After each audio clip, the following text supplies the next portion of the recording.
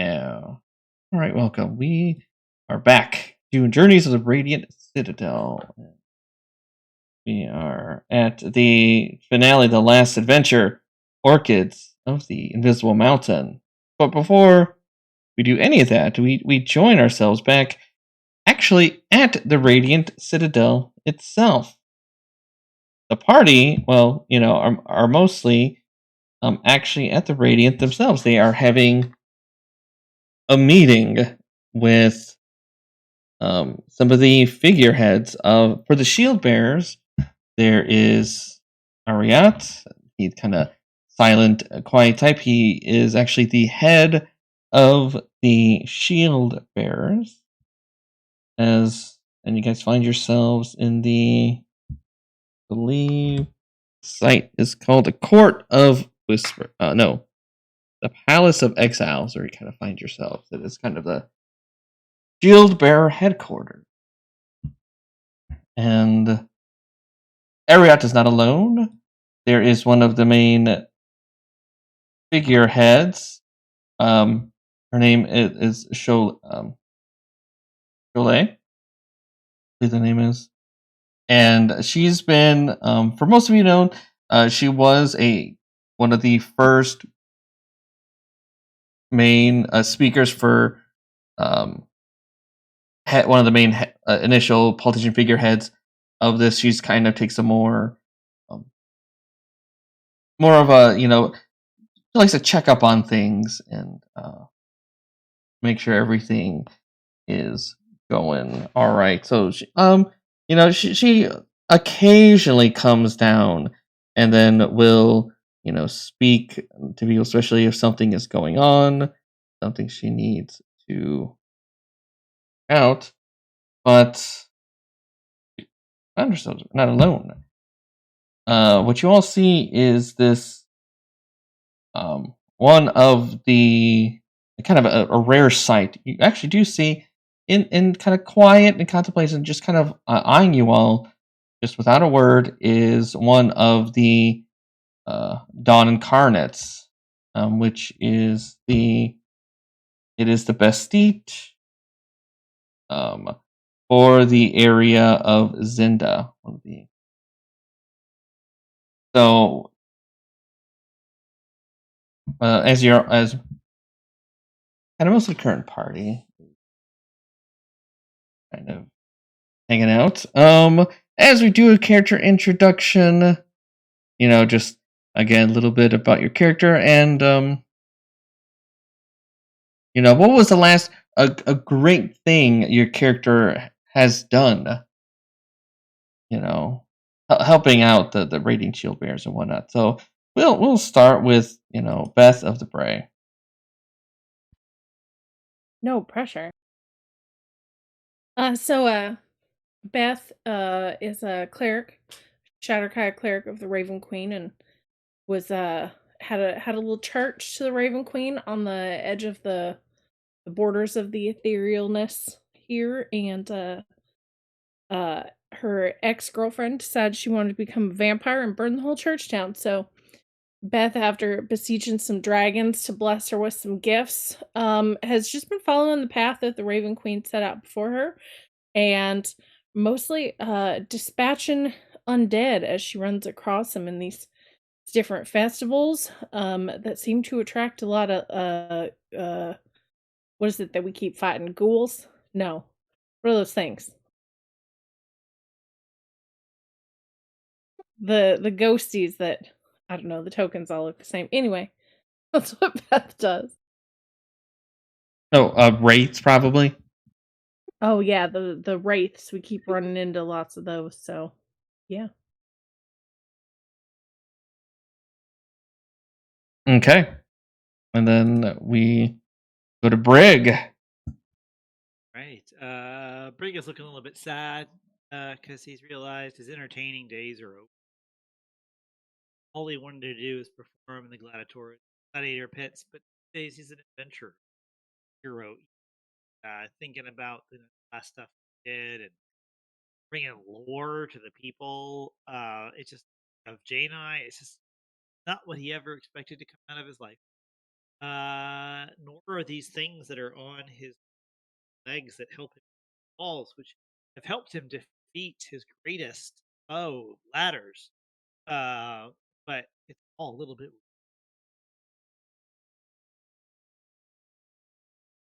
Yeah, for you have you have conquered stairs. For now, there is no longer a worthy foe. Ladders, sorry. And then before we go to Mr. Nimbus, let's go to Shankz. Skidmarkz. Shankz is level 14 Drakewarden. This is my traveling companion, Skidmarkz. He's what you would describe as the results of fetal alcohol syndrome in a Drake. He's not exactly very smart, but he's pretty loyal, and he gets in the way of bad guys more often than he gets in the way of us. Yeah, I mean, this is the same group that we've started the war with, so not exactly sure what else I could add to that. But as far as why I'm an adventurer, Skidmarkz drinks a lot. It costs a lot. All right. Very nice. Then we go to Mr. Nimbus. Ah ha ha! It is I, Mr. Nimbus.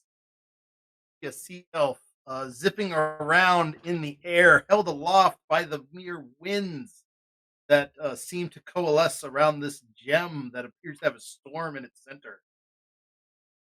And as he does so, he says, "Yes, yes, know that Mr. Nimbus has assisted the Radiant Citadel in a number of ways. But I think the most grandiose is my friend over there," and he will point towards the strange lightning dragon worm kind of thing that Rob cannot remember the name of. The Bakunawa. Bakanawa. And he will say, "Yes, we traveled the sky bridge and we released the Bakanawa from the prison that it was in. And we did so for the greater good of the Radiant Citadel. And yes, yes, you have our gratitude for being able to assist you with these problems that you have had. I'm sure that the Radiant Citadel will have a great festival that we will be the reason for. Finally, after all of the other festivals that we have just been a part of."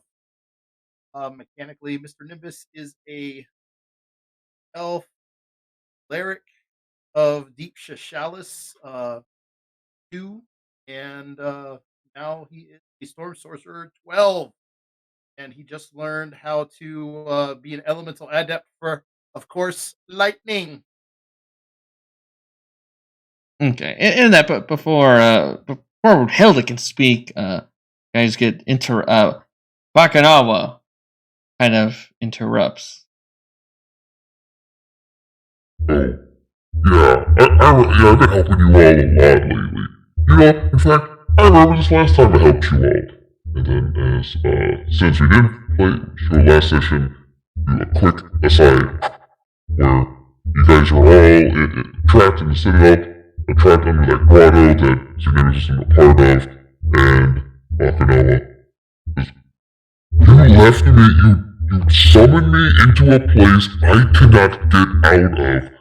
Why would you do this to me? The whole first half of that, I couldn't understand. Something, we summoned him to a place. We got him out. And you know how long how long I take a shower just to get all the scales? I cut and scraped through so much. But you all did too well, so I mildly forgive you. But for Bakanawa, but then Brunilda, go ahead as you introduction. Tell us about Brunilda. Right? Hilda is an art barbarian on the search, try and find and crush escaped husband, and is, while going on adventure, most has crash landed on rogue asteroid by Mirth.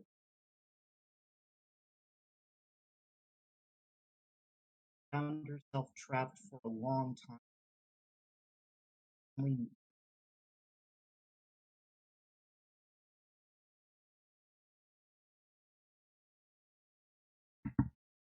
looking around very confused. Okay, well, great. Ariat will say, well, Shield Bearers, you have done a lot for us for Radiant Citadel, helping the different civilizations under our wing. Yes, something has come importance to us, and additionally, we have someone here who could use your guiding, not only assistance, but probably help understand. Help our this Brunilda, maybe help her find her way home, as well. But the reason you have been all brought here is we got word of a planar disturbance in the realm of Zinda. Now, to our knowledge, it's always been there's always been a planar in Zinda. There's always it has a crossroads with the Feywild. But the people there have been speaking about strange, the notion of strange, horrific dreams, creatures that aren't from the Feywild. People have spoken of dreams of strange, alien creatures. So you were to meet with one of the local leaders, Zumdi, Rubina Zumdi. He is also known as the Sugar Man. But you make your way to I believe it's Sarir, and meet up with him there, and help assist what's going on with these planar abnormalities. We don't know what you're dealing with over there, but I trust that the 6 of you can go in there and help out as much as you can, and hopefully solve these planar issues.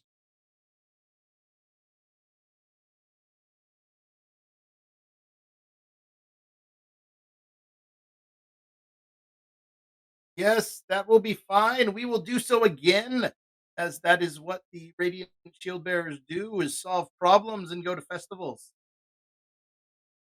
Well, I don't think they have a festival over there. Might be a festival afterwards. Dance too? Yeah, Just a little dance.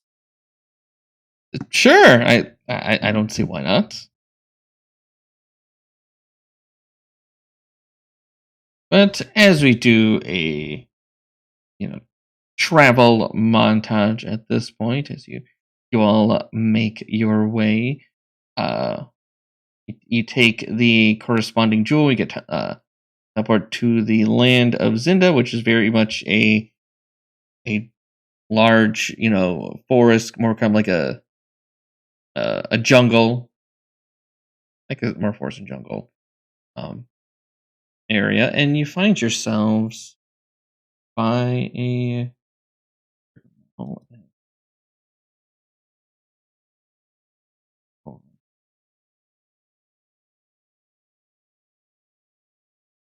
well, as you get there, though, of course, you never get anywhere, just normally or without any issues. Ahead stands a sugar mill, a massive wooden shed with a pointed thatched roof. Smoke rises from its many chimneys, and the area is busy with workers sorting through piles of sugarcane. But there's an otherworldly shimmer warps the air around the mill, and like a haze of silver rain that vanishes as quickly as it appears, and a moment later, a scream rings out followed by a crash. The column of smoke, as well as fire, rises through the structure's roof. But you guys can go ahead, as you're making your way, go ahead, give me an Arcana and or Religion check.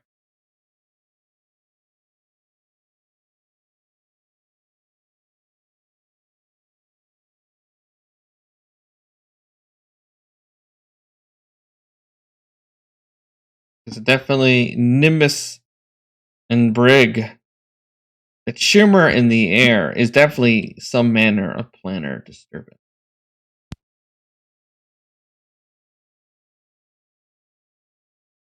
And as you guys are kind of like outside the mill, through a broad open doors in the mill, you see that interior has collapsed into a giant sinkhole.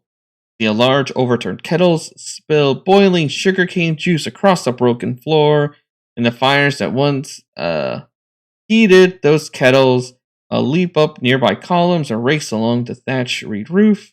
And you see half a dozen workers have fallen into the sinkhole and struggle to clamber out. And you know what? I just for random. Let's roll for initiative.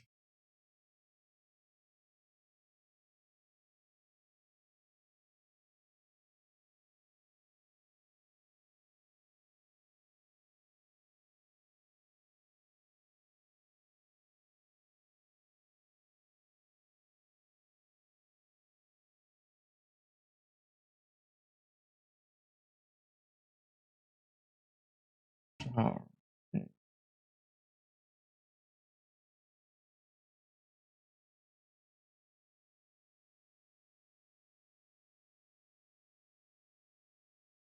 right. First roll was 20. Okay. Oh, that's right. All right. Let me change. Okay.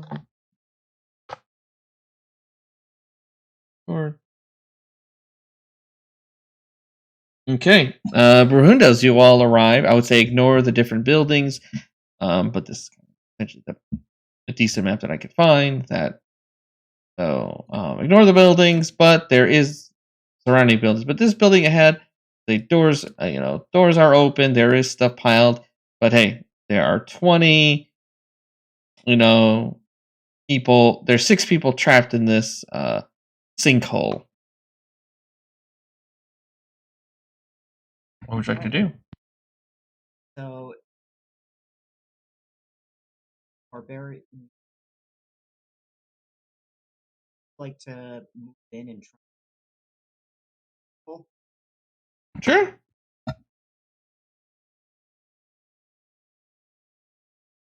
Okay, so the only thing is that the sinkhole is there's 20 feet. Okay. I have winged boots, if that matters. No, it does not. But that's important that you're gonna, kind of start flying in, and Yeah. So does it look like I can do it? You can at least right now, you definitely grab like someone and pull them out. But to try to get more than a few people, probably either need. I'll try and get Sure. one. Yeah, I would say go ahead. Give me an athletics check. Okay, yeah, you can definitely, or 2 arms, and then you can definitely grab 2 people. Grab on to me. That will be my turn. Sure. Nice. Brig. The barbarian in the party thinks like, oh, he's being replaced. This is very sad. But move towards that sinkhole, and because of his new adjustment, he just goes right on down the side with his extra limbs or whatever it is. He goes, and he'll get down there, and he will ask people to hop onto his horse portions. And will once people get on, he will ready movement right back out after however many Sure. Okay. Yeah. That was the Nimbus. All right. So looks like there's some flames and such in here. Yeah. Thankfully, it's on the roof. Good news. Well, at least for the people. But bad news. Fire is very good for building integrity. So. All right. Do I think that a cone of perhaps cold might be able to put out the fire? I think that's a very valid thing to do. All right. So if I do the roof, I should be able to get at least one of the fires right now. Like if I zip over to here. Sure. Yeah. Definitely. And we don't have to pull out a 60-foot cone because that's pretty big. Yeah. It's big. And so Mr. Nimbus will pull out his new magic stick and go, cone of cold, ha ha ha! Take that, fire. It's not like you're lightning. Spend 5 charges. And come back to the group and see, like, I will put the other side out next turn. Ha ha ha! All right. Thanks. All right, so the sinkhole was like 20 feet wide. So it starts like around where Brunilda and Bray are, like around there. Is there any kind of like I don't know, it looks like there's cards here, but is there any kind of like something sturdy that I could like tie a rope to and then throw it down into the sinkhole? Yeah. You could definitely do that. You can say like one of them, even though it's broken, it can definitely hold weight for people. All right, so that's what Shankz will do, and I'll send Skidmarkz down there because he can grab somebody and fly him up too. Okay. Sounds great. And that's it for us. Well, sounds good. And then last but never least, Beth. I will head forward a little bit. We're trying to dispel this fire, yeah. Well, it's a natural. Well, it's a natural fire, not a magic fire. Okay. That changes that plan.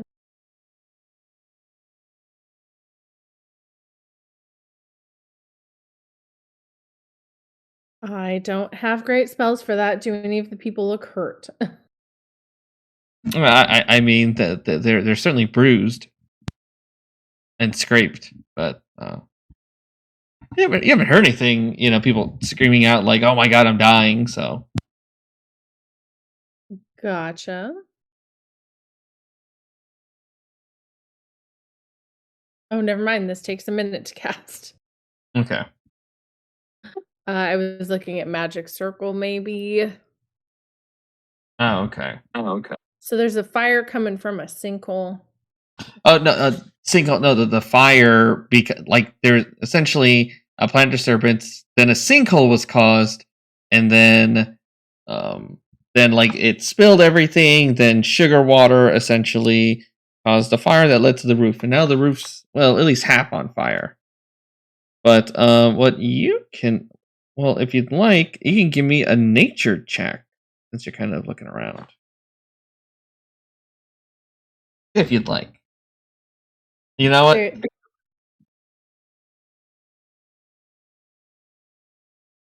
Just looking around, man. I'll be on standby in case anyone looks like they need to get healed or any undead pop up. Sure, of course. I'll hold this door open so they can evacuate the commoners. Sure, of course.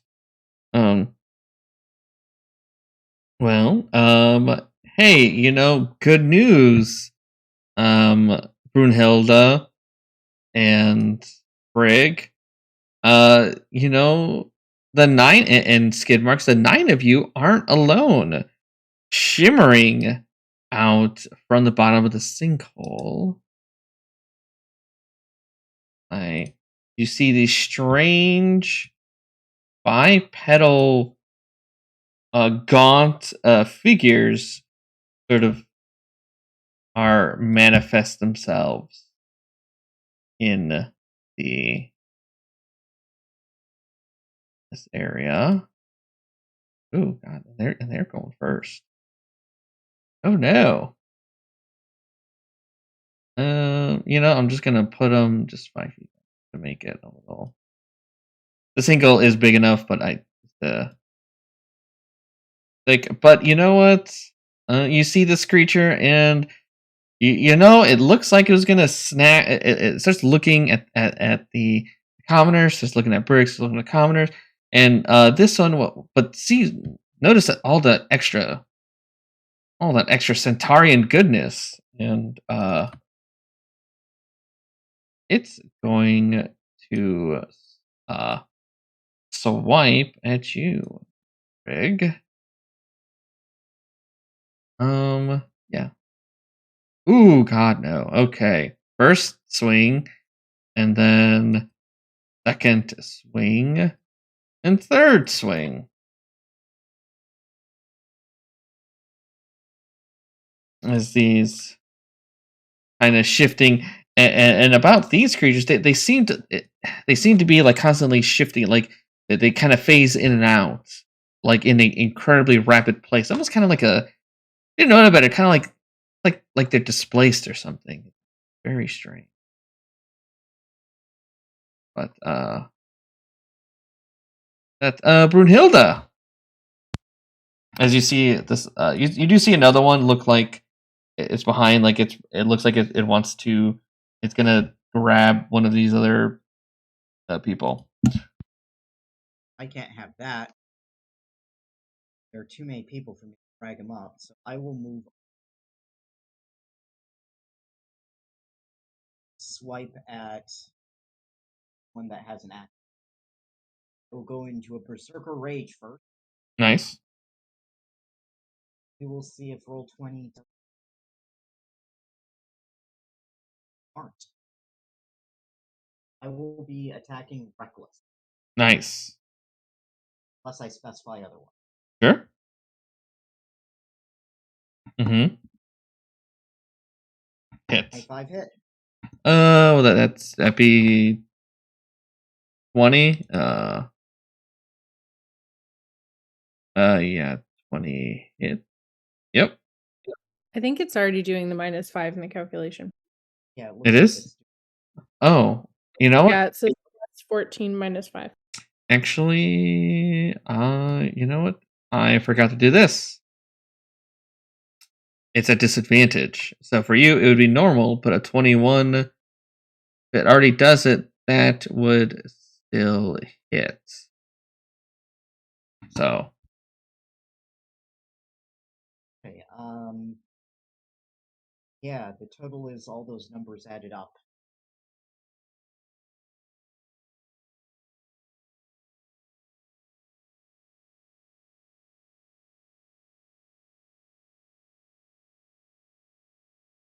All right, very nice. Yeah, go for it. Yep, solid hit. That will be my turn. Those numbers.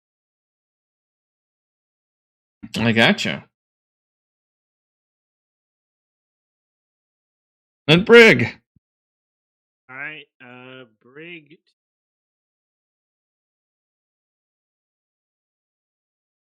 And who will accept the call of Ooh, choose me. Pick me. anybody? Like, it's, do you want it? If you're within 30 feet, do you want the call of the hunt? Do you want to join in the hunt? Oh, like more than one person can? Oh, everybody within 30 feet. Then yes. There's no Yes. downside, and you get extra Yeah. stuff when you make attack rolls. Shankz, Skidmarkz, and Brunilda can all use it if you want it. And I get, if you all take it, I get 25 temps, which may come in handy. I will, and I'm raging. I will reckless and be a straight roll. Nice. Not great weapon master with my weapons. Great weapon master. I'm a showman. So 19 to hit. Is it still displaced after the first hit? Yes. Yes. Okay. So That'll still hit. for another 11, and its movement is reduced by 10, and that is the end of my turn. Alrighty, and the other one will go definitely. Brunilda, you have got its attention.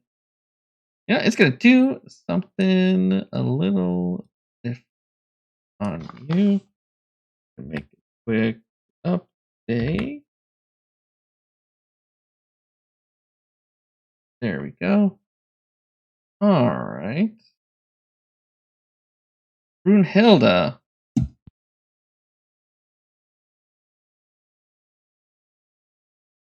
May I have a wisdom saving throw? Yes.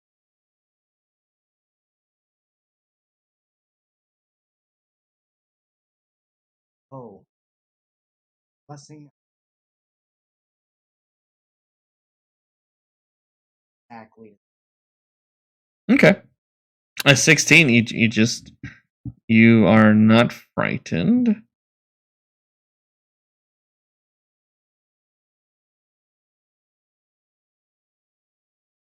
Oh.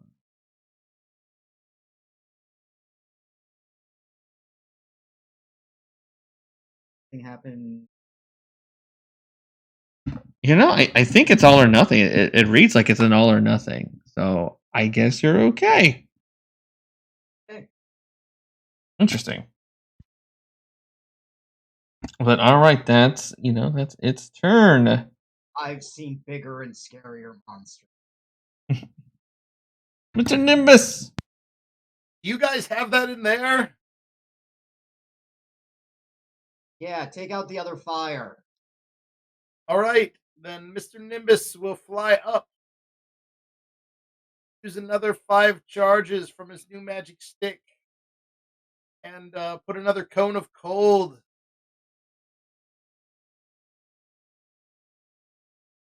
Fly back down. Like, I believe that I have solved that problem.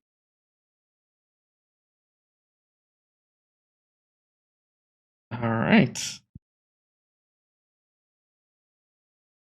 Thanks and Skidmarkz. All right. I am going to bonus action and Hunter's Mark, the one next to Brygaeon. I'll take a couple of shots at it. Let's do the short bow a couple of times. Pew, pew. Those should be good. Yeah, they are good. Plus the infused, and let's do a favored. Oh wait. You know what? Yeah, they'll hit, but yeah, it's all disadvantage. But yeah, those will still hit. Okay. The 16 still good then? Yeah, 16 is still good. Okay, yeah, that's why I was a sharpshooter. And I'm going to tell Skidmarkz to grab one of those guys down there and drag him out. So Sure. Skidmarkz will try to grab this one and drag him like out of the pit, like over there somewhere. You have one more d6 because you're in the hunt. 2 because I got 2 hits, right? Just one. Don't let you go into it once. Once. Gotcha. So an extra 3. But Skidmarkz would be a separate, so he would get a d6 too, right? If he attacks. Gotcha. Yep. Okay, sounds good. All right, cool. Beth. All right, I'm gonna hit the psychic one next to Brig with a 2nd level guiding bolt.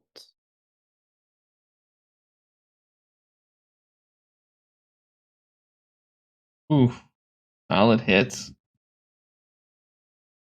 Plus the additional 5 damage because I have joined the hunt, and I say, Brig, that one's going there for you, darling. Go ahead and take it out. Very nice. Anything else? Not at this time. Okay. It's its turn, and will a break. This one will also try to do an otherworldly melody. You. Yes.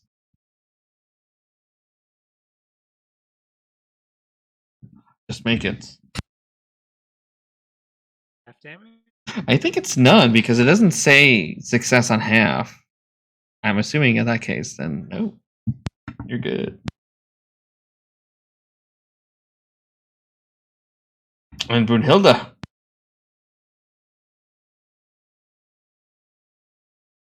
I'm going in rage. I will. Yes.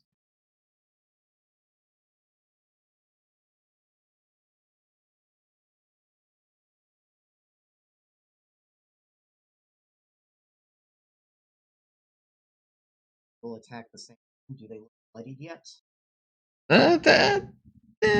Almost. It's pretty hurt.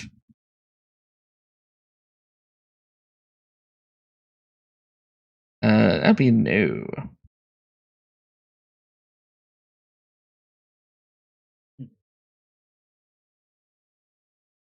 Second swing.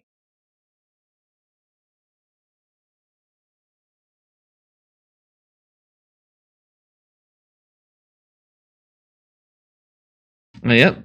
15 will be right on the money. So yeah. Okay, for above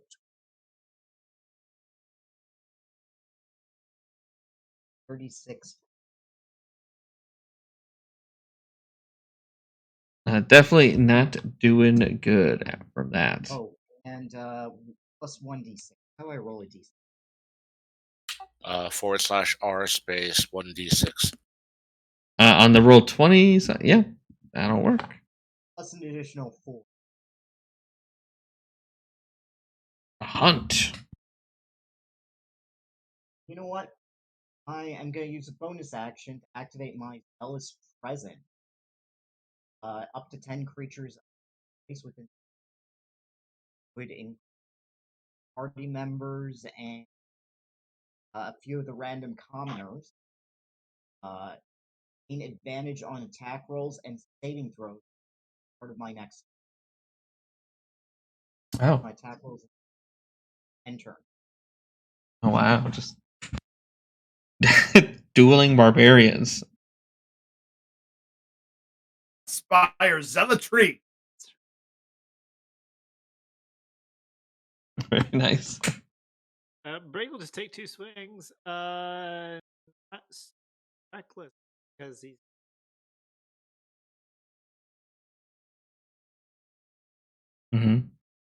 Solid. Got a tail out, so I can for a bonus.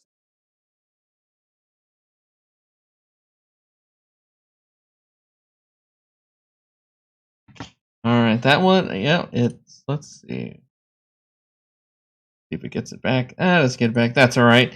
All right, Brunilda. It's gonna start doing some swipes at you psychically. No. I got one hit. 17 psychic.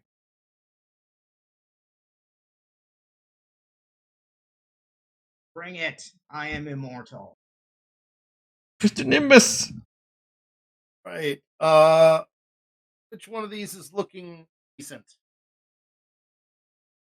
The most health. This one barely has more health than, but they're both pretty, like, evenly hurt. All right, fine. Looks like we've got this under control. That seems like it. Yeah. All right. You know what? Screw it. What's the point of having spell slots if you don't? So we're gonna go ahead and we will just hit the one that's healthier with a Rotherham Psychic Lance. Okay. Okay.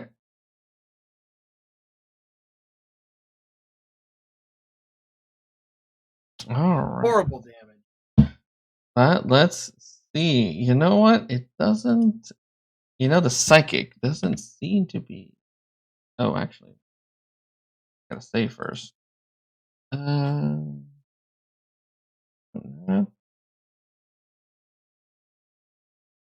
the smartest.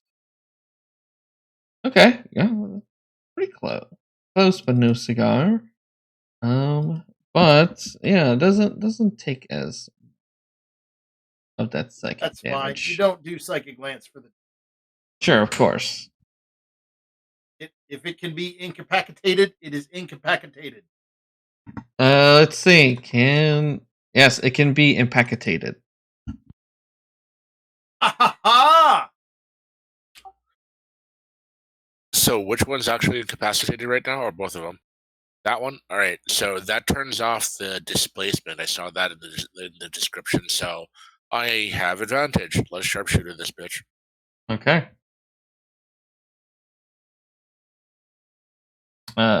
Yes. Oh, there it is. All right. So that plus fused plus fury, and then this is for the crit. Okay. And I'll tell Skidmarkz to head down and grab another one. So he should be able to fly down, grab one, and bring one up for his turn. All right.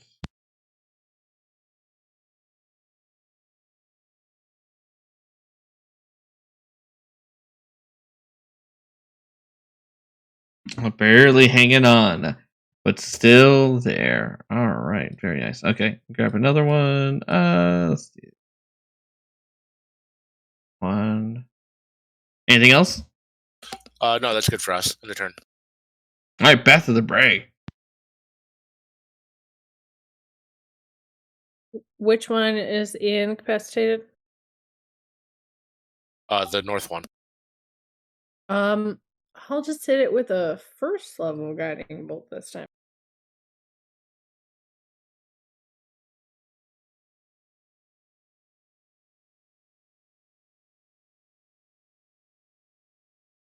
And how does it blow up? With an extra 5 damage from the Call of the Hunt. Boom.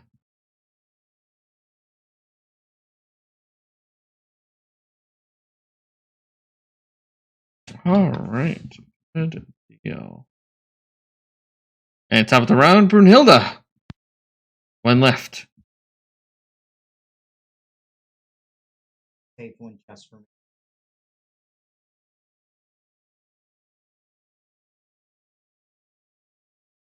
That'll actually miss.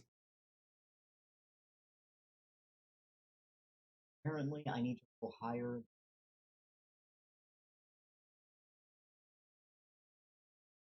Yes. Definitely hits.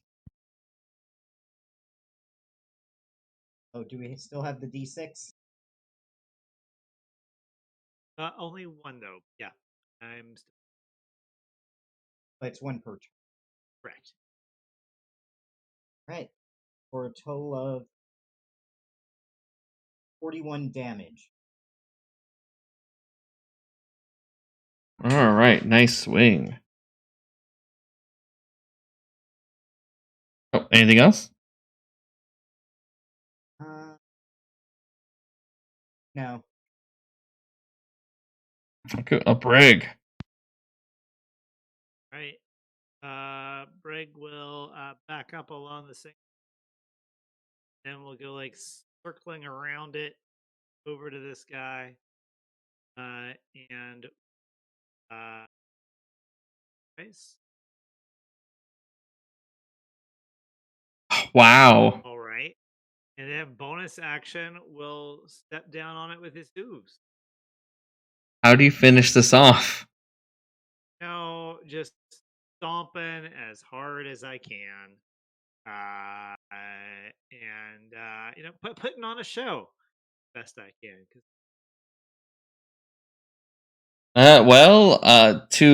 To everybody's there's golf clapping, there's applause, through the gore, so to speak. They clap it as you make a show of it.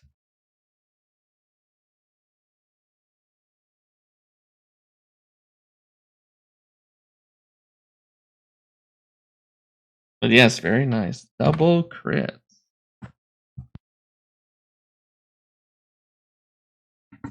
and thankfully, with the fire out, you're able to, get everybody and yourselves out of this building as you see parts of the building start to collapse. And then as you move, you make way just in time for it to collapse. However, you all hear as, you kind of leave the building and, take a moment. A tearing sound precedes the appearance of a silvery ripple hovering in the air nearby. From the anomaly, you see a frantic-looking scarlet macaw shoots forth, trailing silvery motes. A figure appears behind the bird, pushing as though trying to pass through, but held fast by the portal's flickering magic. Is anyone there? A woman in a beaded vest shouts. I can see you, but I can't get through. And you guys can go ahead to understand what's going on. Give me an Arcana check.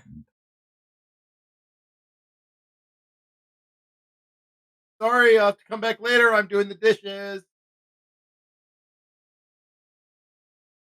Shankz is spending his Arcana inspecting his belly button. Mm-hmm.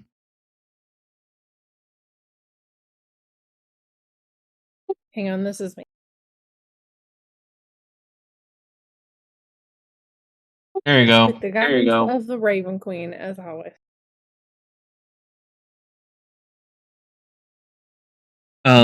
You recognize this as a planar rift. A temporary but potentially dangerous portal created by multi-planar energies. And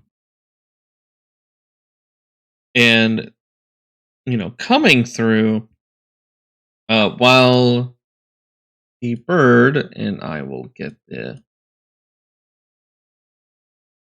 image coming through. This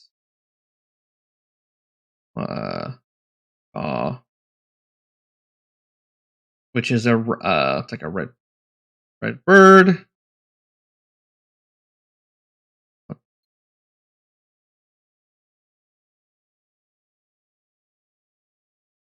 Get the red bird.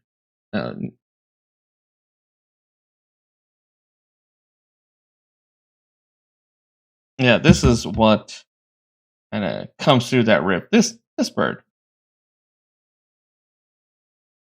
Listen, please, the woman will call out. I'm Urana. The ghost orchid Tepui is under siege by alien creatures. Chimagua, our guardian, has fallen into a deathly slumber. If the great spirit dies, all is lost. If you are brave souls, seek the Tepui. Find the portal in Lamos. Nene knows the way, but be... And then with a sound like breaking glass, the rift collapses and is gone.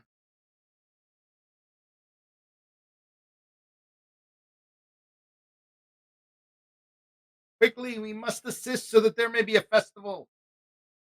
Did they say they knew the way, though? I don't know if I recognize that name. Well, recognize the name. Go ahead and give me an Arcana and or History check. Actually, you do see the bird kind of flap and try to get your guys' attention, and then will kind of go like leading you. We're supposed to follow a bird. Mm-hmm. This guy might know where some loops made of fruit are. Seems legit to me. Signs come in all shapes. Just follow their nose. Goodness. Like the strangest thing. Is it? Following a bird?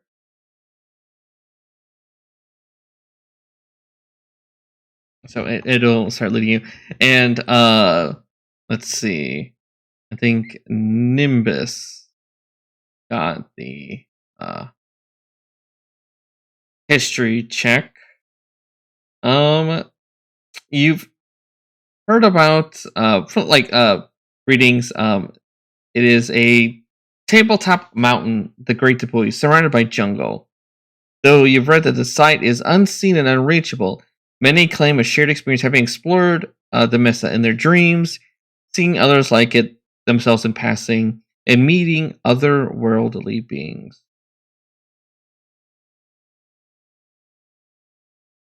Yes, I have dreamed of this mountain while I'm on Peyote. Let us go. All right then. All right. And as you start making your way, there is a travel, kind of montage. You start kind of making your way, through the area, following the bird. Let's start with Shankz. Go ahead, give me a perception check.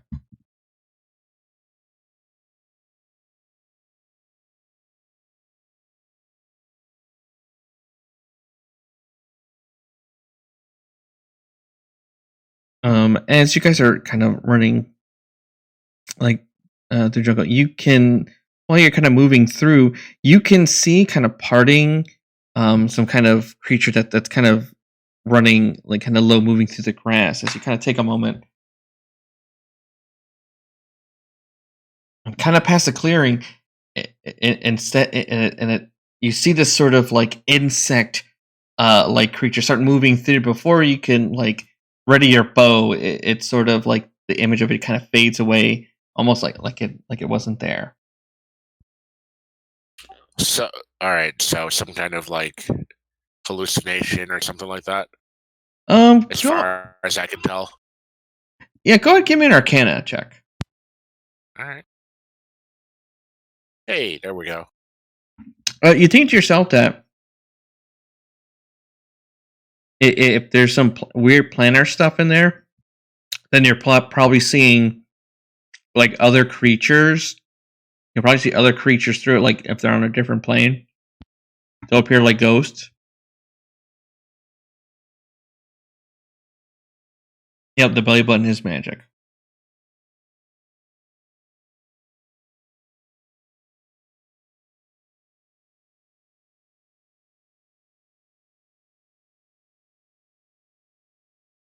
Well, did anybody else see it, or was it just me? You can point to everyone else. You're the one who got to see it. Everyone looks around. They kind of just see like something move by the grass, but then they don't see it. Okay. Like something was there. They just didn't know what.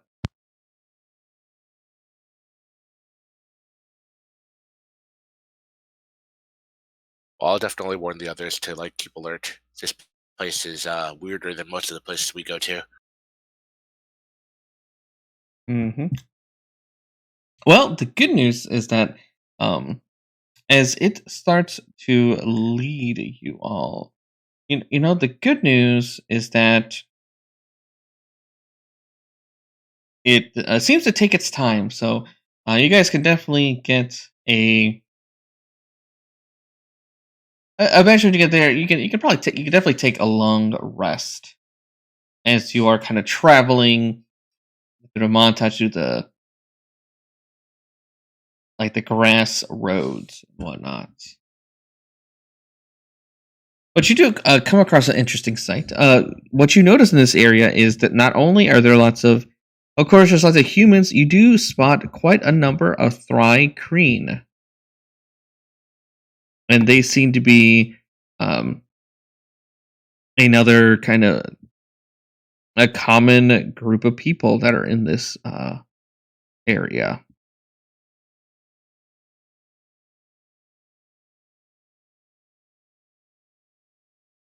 Yeah, we know. Oh, you guys! I would say being in Radiant Citadel, you probably would have encountered Drake. It's kind of like a next. It's like it's a knot sigil.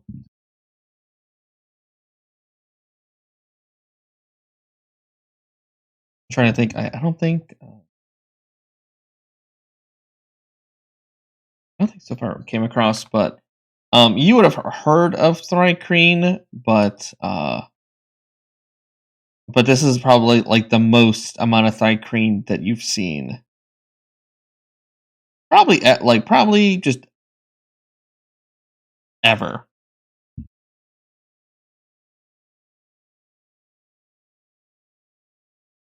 You know, it's not like they have their own like other group, but it just you encounter a lot of different travelers, and like some of them are like merchants and whatnot, but that's kind of to the extent of it.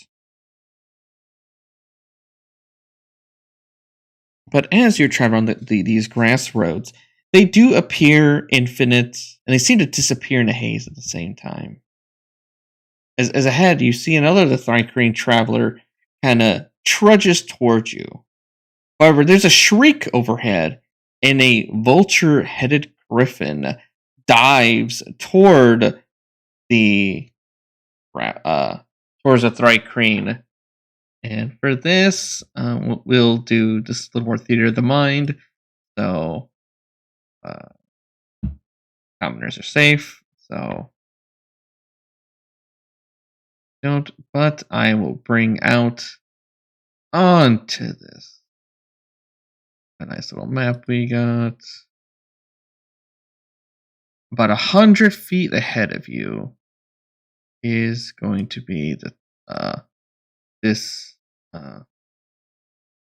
Thri-kreen, and so flying above it is this vulture-headed griffin, like creatures kind of coming down, like for this Thri-kreen. Oh, and okay, there we go. I was wondering what was going on. But let's all roll initiative.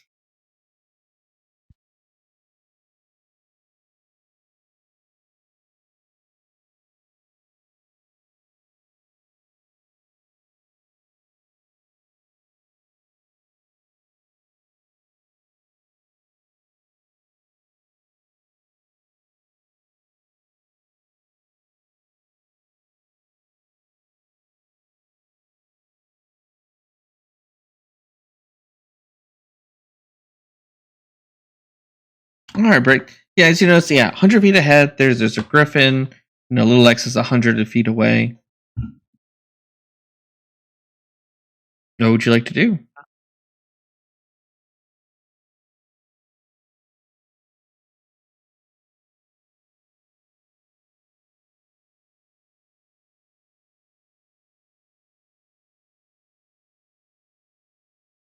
Go ahead. Feet away. I'm just.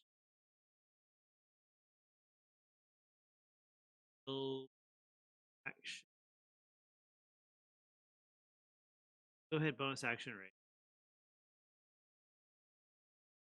Dash.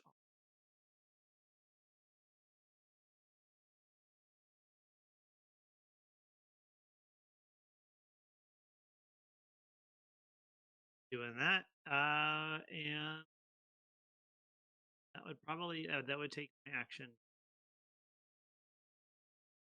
Okay. All right, nice. Shankz.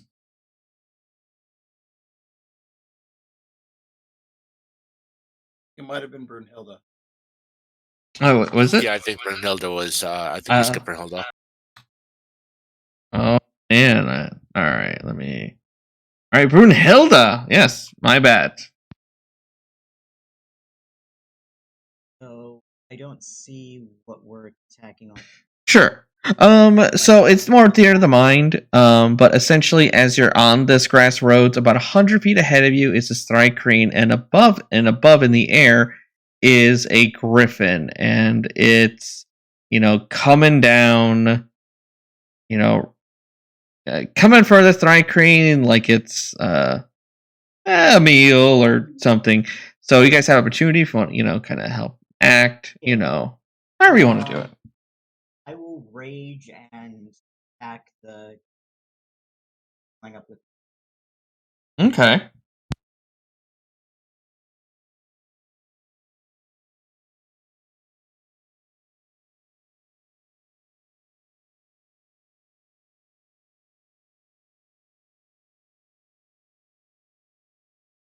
nine hits. Just enough. Yeah, so that first hit is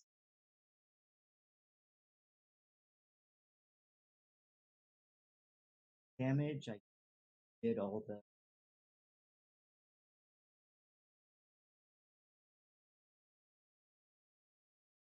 second attack.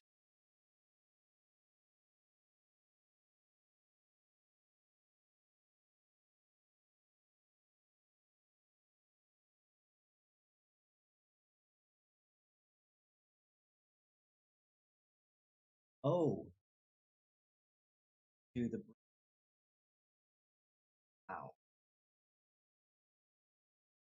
All right, and how do you finish off this vulture-headed griffin? I just swing my sword and chop its fine face off. All right, well, very nicely done.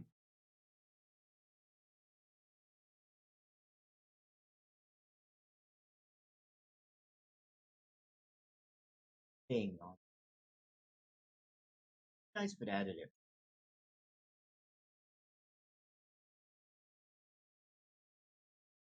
And That's certainly one way to have solved that problem. yes, the Thrycreen will be thinking of different things of having communications.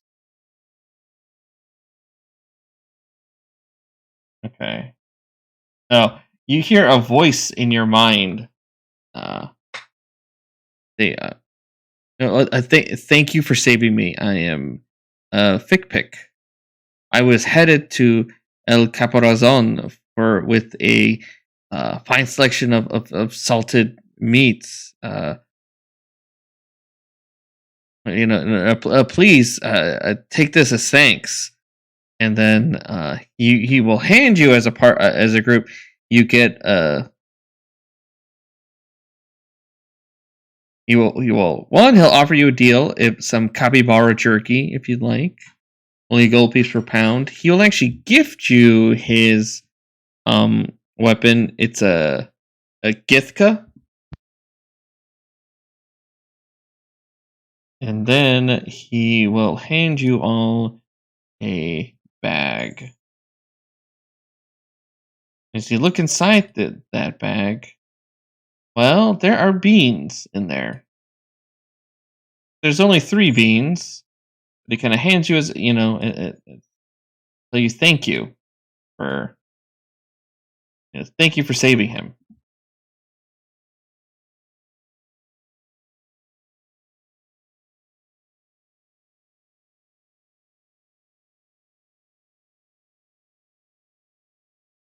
So, and you will see the bird kind of after it thanks you.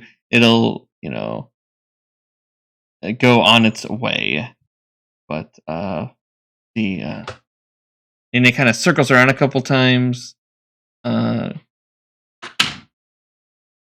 would say Shankz. I would say with your knowledge, it's that like annoyance, like all right, let's keep going. Yeah, Bird wants us to follow. Follow the bird. All right. And as it guides, it'll guide you to a wide stretch of tombstone-sized termite mounds. Is dominated by a tall mound with an unusually flat top. There are giant anteaters mill around the mounds, but they don't seem to pay you much attention as they're sort of, sniffing the ground.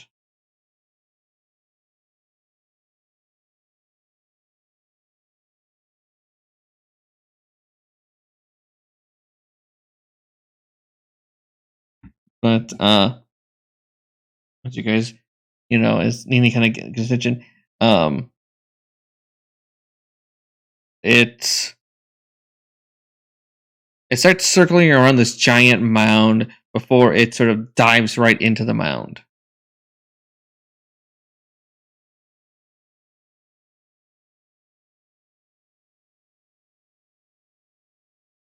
Bird just dove into an ant mound. Yeah, one of the termite mounds. It sort of looks around, kind of gets your attention, and then it kind of dives into it.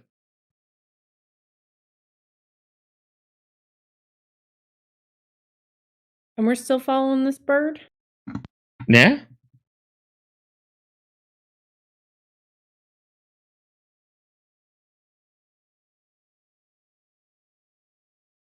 Bird is the word. Let's do it. Yeah, as you go in, you see this kind of. Well, thankfully, this mound is huge. It's like 18 foot tall.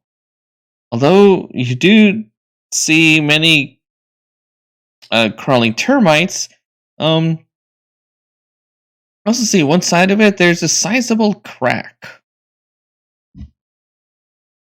and this crack looks wide enough for looks like looks large enough for you guys to to get into it.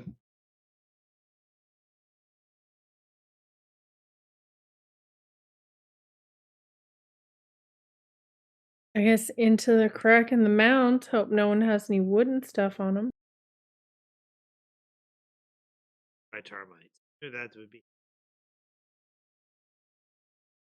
This is when you would not want to bring your druid.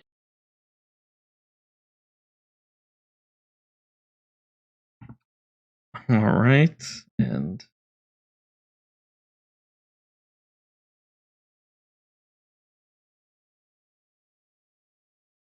as you all go in, the Lanos vanishes, replaced by the earthly scent of jungle. As you emerge,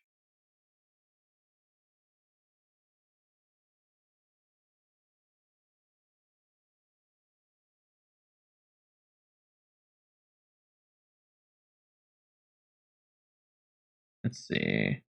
Can you guys see yourselves?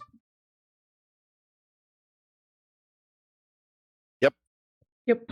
As you emerge through a hollow in a large tree, there's thick rainforest vegetation surrounds you. Heavy mist hangs in the air, obscuring the top of a spire, rising hundreds of feet into the sky.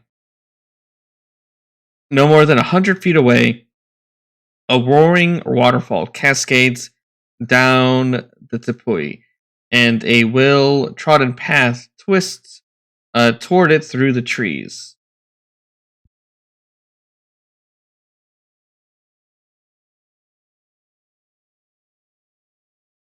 And you see, and it kind of squawk and have you guys follow.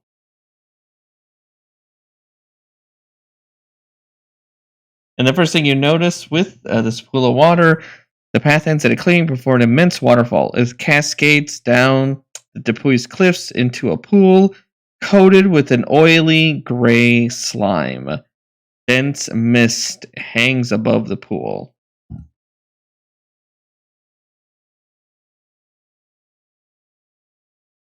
How tall is the ceiling? Like where the waterfall's coming in? Well, you're outside. You're out in the open. All right.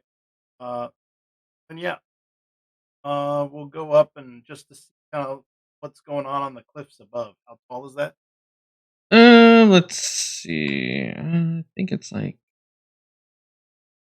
quite a few. You know what? We will. Oh. Let's see. The walls of the tabouille rise 1,000 feet. Most plentiful handholds. So it is from this area to get to here is like 1,000 feet. But as you're kind of looking around, it looks like you can kind of see like a relatively easy climb from here to get to the cliffs. All right. Well, Mr. Nimbus will be buoyed by the winds and say, "Come quickly, Brig. You can defeat the cliff. Ha ha ha."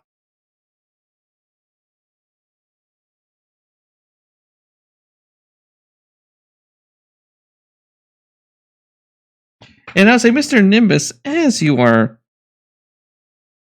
going over there, inspecting by that statue, you can hear a voice coming from the statue. And the voice calls out, "Show your purity by bathing in the pool." Oh, I am not pure.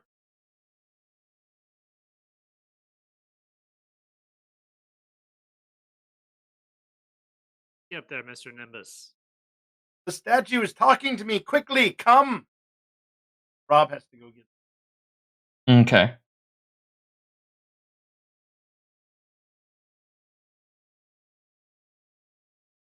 I assume everyone follows.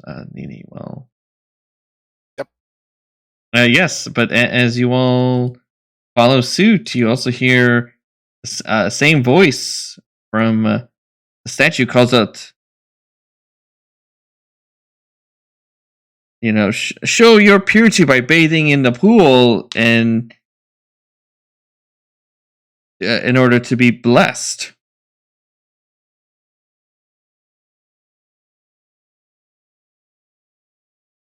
Is there an air of sinisterness? Oh, yeah, you should definitely give like a insight check. Yeah. Totally trustworthy. I think we should definitely hop in the. You know what? Let's see. Bray will just hop right on in. Well, it does. So, Bray, as you hop right in, and I would say during the journey to get here, you were able to get a long rest. Just to let you know. Oh, is this after the Griffin we took a long rest? Yeah, we can say after the Griffin long rest because it's a lot of like travel montage. Yeah, that's fine. Let's see. So as you both jump in, just rolling things randomly for no reason whatsoever. You guys take 46 points of necrotic damage. As you jump into the water, you feel like it. You feel your life force getting drying up. That may have been a mistake. Uh-oh, hold on, y'all. I'm coming. Don't jump in the water. Anyone else ever wants to out of the water? Out of the. It says, yes, come for. Oh, and Beth, you would have, as he jumped in, you would have told it that, the thing talking is coming from behind the statue, not the statue itself. But as you jump in the water, you see behind it unfurls. I see two swipe in. Yes, come to get blessed. All happen at the same time. So let's do some.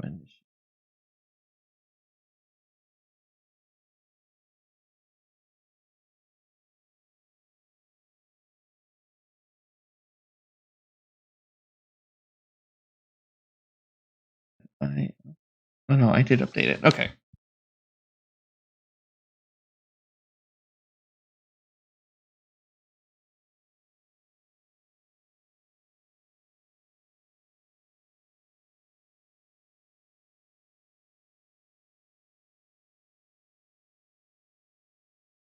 All right.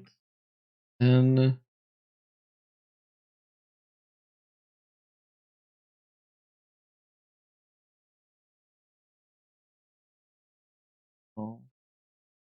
you know what? There it goes. Okay, I was gonna roll for Rob, but yes, Mr. Nimbus, you noticed. Well, unfortunately, as you're flying up, as the voice called out to Nimbus, to purify yourselves, both our barbarians jumped in and took 46 points of necrotic damage before these creatures unfurled themselves from the statues. But nobody's surprised because these things are intentions were at least found out. We'll start with Shankz. Well, let's hit the one on the left where the bonus action hunter's mark, and I'll just fire 2 shots at it. Nice. 25 and 26. Straight rolls. Straight rolls. Okay. All right, so 2 hunters mark, 1 and 2, and that's it for me. And I'll have a Skidmarkz fly up there and try to punch him in the face. Alrighty. I'll bite. Yeah, 26 for 8 piercing and 2 fire. How's the fire look? Well, this one does. Let's see. Does not. Doesn't have special with the fire, but it takes all of it. Not happy. Very hurt. Okay, well that's it for us. All right, nice. All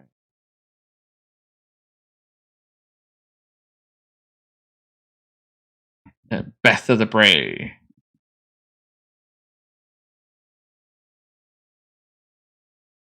How tough do those things look? Well, the first one did get rocked very hard by those arrows, and is not doing well. I'll hit that one with the firebolt.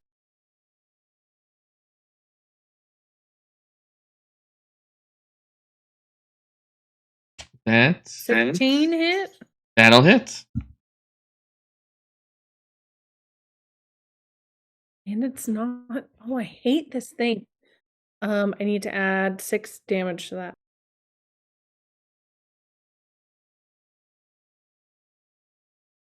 So it'll do 14 total damage. All right. Pretty hurt, but still going. That's it for me. Brig.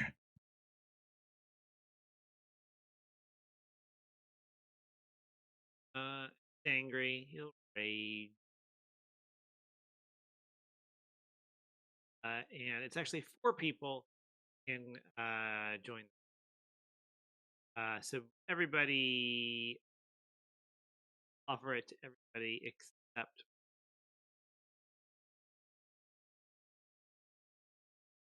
And we'll switch.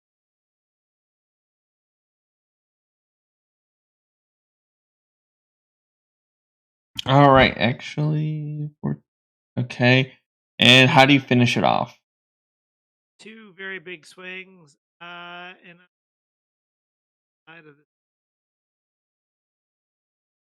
All right.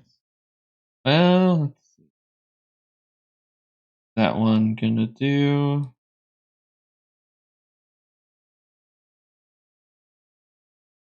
All right.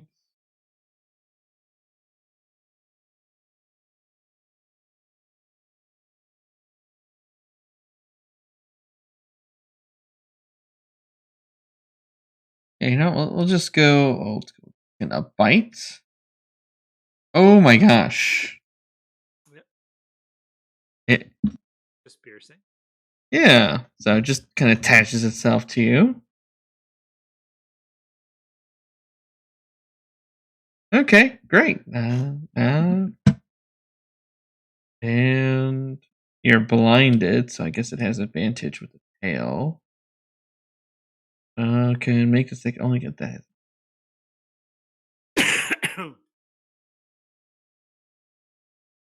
Okay. Nope, doesn't matter. think. That would. Yeah.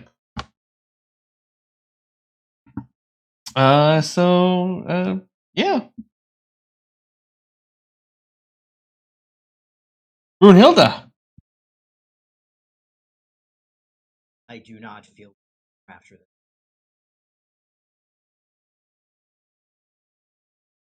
Rage.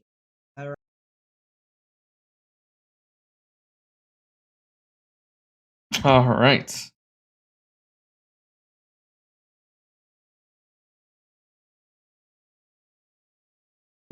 You're in the same turn, but it just makes it easier for the hit point boxes. Oh, actually, hold on. Let me do this.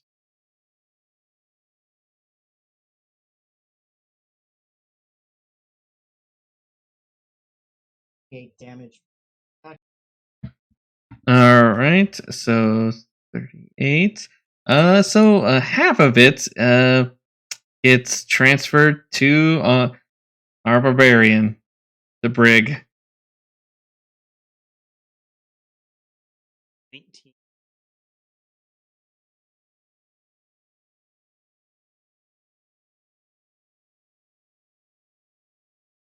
Oh, plus the D6.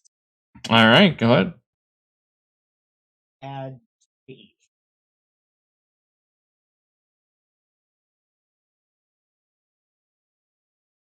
Second attack.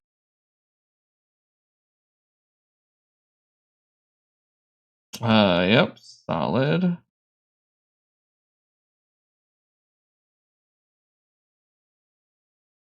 Hey, nice even number, 13 apiece. Ah, I trust my companion. Can you?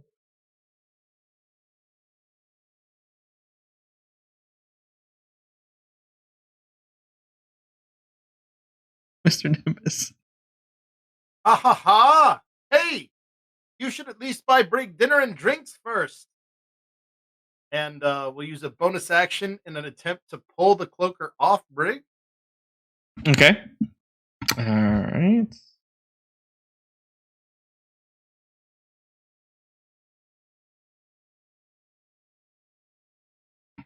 Okay. I believe I heard Brig use words such as stop, no, or don't. Ha ha ha! And then for the action, we will say, how do you like it if I don't provide you with the opportunity to give consent? And we will cast Old Monster on it. Wisdom saving throw, DC 22. There's a chance. And no. End of turn.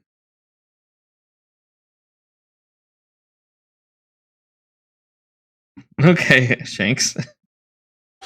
All right. Well, if that thing is held, I have advantage. I'll take my sharpshooter. Pew, pew.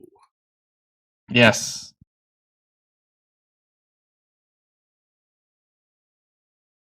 And that. And how if it's it does not last. How does it die? all right, so it gets held in the air by Nimbus for a minute, and I'll just nail it like twice and like pin it to like the wall of the cavern. Nice.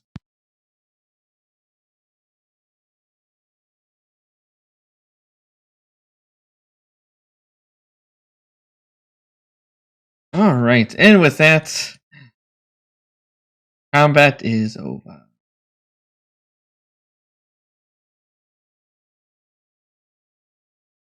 Fighting. Are we sure this is not a mid-tier 2 adventure? No, this is a mighty tier 3. Alrighty then. Go. I mean, if you're feeling really bad for the enemies, I could walk around blindfolded. That would help you. You see the bird macaw kind of Nene says it starts squawking, and it'll translate to I cannot bring light. So keep going up.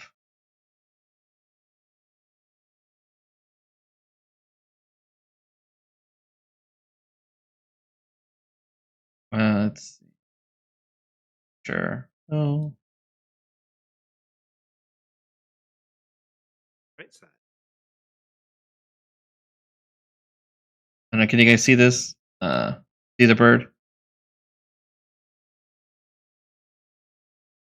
All right.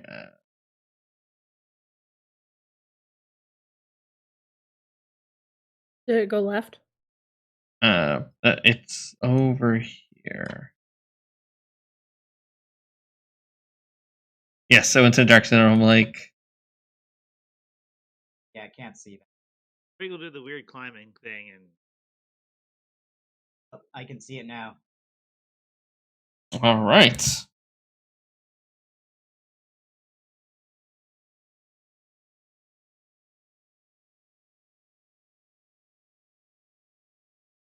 And it's a very easy climb. Like you don't even need. I guess it's pretty much like ladders and stuff. But as you guys are making forward, yeah, you see this this cave. Go ahead and give me a perception check, everybody.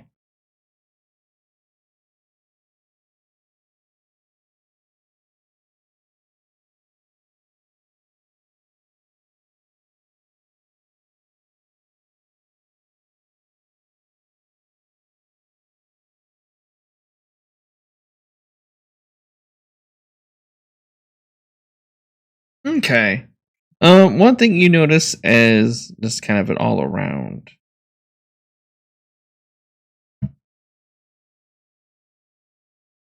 You notice from the waterfall, it's giving this mist that seems to grow like thicker and has this kind of faint green tinge around this kind of mist. As well as, since you're at the top of the mountain, it's covered by brilliant green rainforest vegetation. A deep stream cuts through the foliage, running alongside the ridge before cascading off the Tapui's edge. A trail vanishes through a cleft in the ridge with low green vapor billowing along the path. Above, a shattered ship teeters along a higher edge. So the ship is actually up north.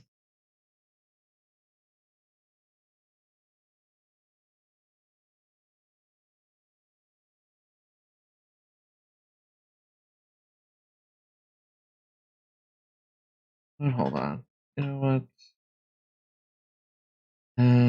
This lighting's becoming a pain. Okay. I think that should be better now.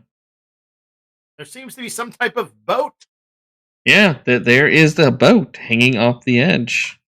It's teetering atop a higher ledge. Beth, do you need help getting across? Oh, nope. Zoning out for a sec.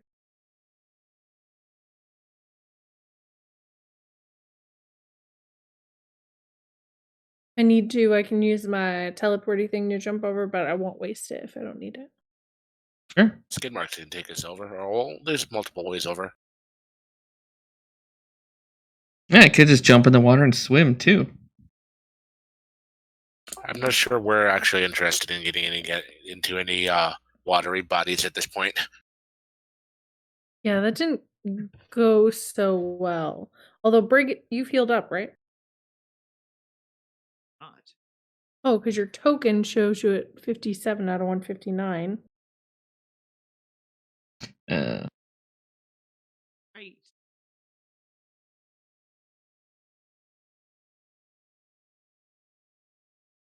I mean, you guys are both barbarians, so you're still fairly tough. But can we stop for 10 minutes and pray to the Raven Queen? So I can pray for the healing of these two barbarians. Raven Queen. Wait. Save your spell slots for my raise. I don't need prayer-based. Oh, all right, then I'll just drop a Cure Wounds on Brunilda. But I will do it at 2nd level.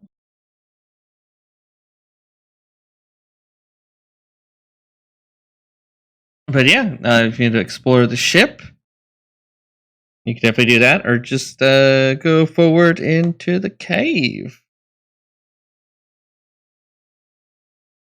Very confused about the Zealot Barbarian who does not do divine healing.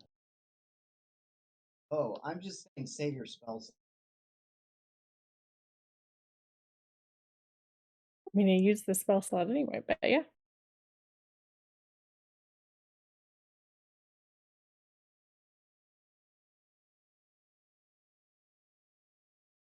But anyways, but yes, look, as you like I said, there's the ship up ahead over here, or you can go into the cave. What do y'all want to do?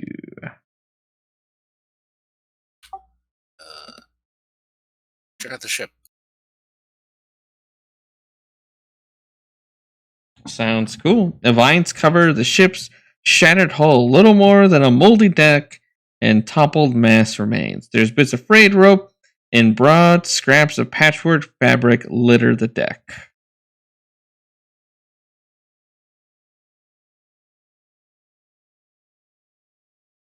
While you're up there, you guys, if who's up there, go ahead, give me an investigation.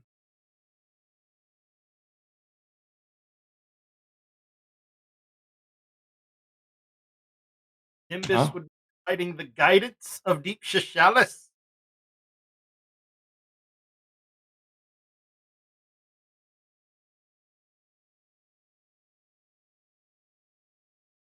All right.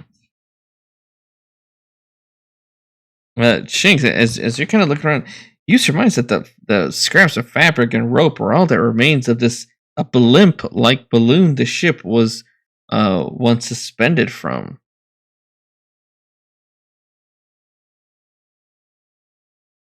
Oh, like it's an airship? Yes. Have we seen like airships in the past to actually make the connection though? I'd say sure. I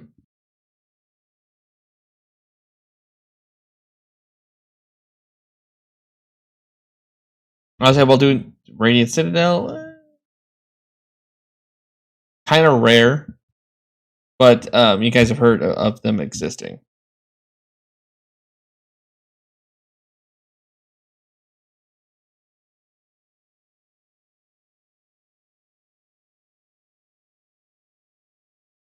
But yeah, is everyone jumping? Is everyone on the airship then? Alrighty. I guess Shankz would be looking for a way down into the hull. Yeah, no, there's definitely everything's, well, good thing about everything being broken and stuff, it's an easy way to get down to the below decks. And while you guys are there, go ahead and give me a perception check.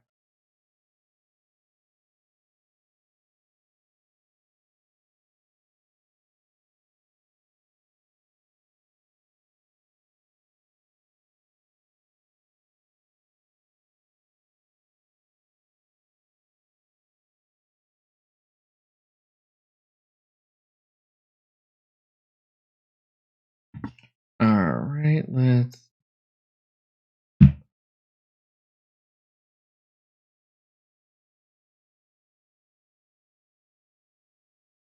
Okay, well, Brunilda, Brig, and Beth. Sort of, as you go in the below decks and start kind of moving around, you can notice in a small little corner, kind of tucked away, you see these, this you can see this kind of medium-sized creature kind of watching you all. As you look, you feel the eyes on you now. It hasn't moved, but it is what you can kind of see in the corner where it's kind of hiding, and it's a pretty decent hiding spot in the ship, but it hasn't moved or anything. It's just sort of watching you. Alright, can I do like a sense motive? Insight?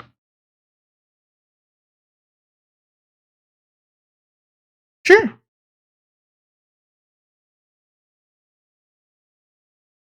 Okay. You get the distinct impression that it's very much, it's sort of just maintaining its territory. Like it's not this creature's not whatever's in there is not overly aggressive, but it's just sort of minding it's kind of sitting back. It's sort of just watching to see if you're wait on you, but it's not overly aggressive, but I guess I would say it's assertive. So depending on what you all do, it'll react. But right now, it's just kind of holding. Right. I'll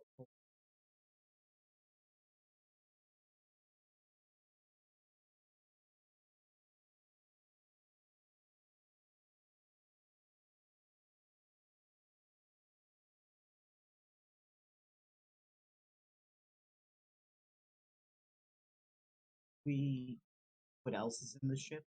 Yeah, you do see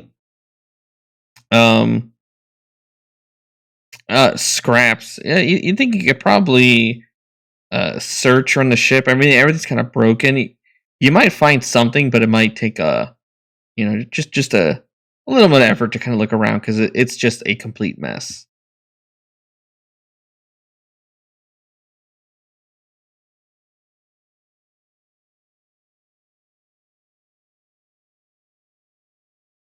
For one here? No, it was just circling around the entrance. So it was. I'll say it wasn't stopping or anything from going into the ship. It was just kind of hanging around this area since the ship and the cave entrance are all kind of the same spot.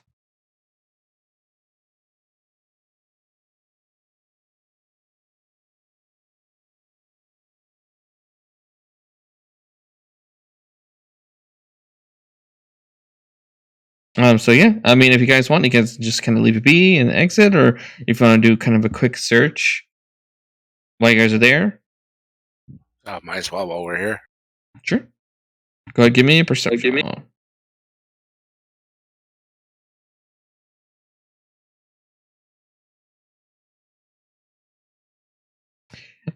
You can find debris. You do find an electrum septum piercing. And putting your heads together, it's worth it's probably worth a decent chunk. Well, okay, it's like an okay worth chunk. As well as you find a set of these shackles that seem magical. Hilda figuring that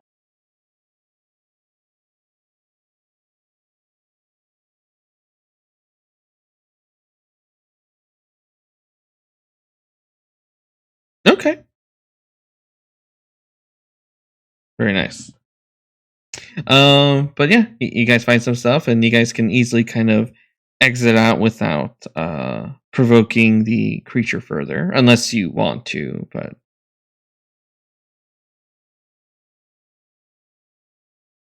But otherwise, if you guys just want to, you can go back down and out and head into this deep cave.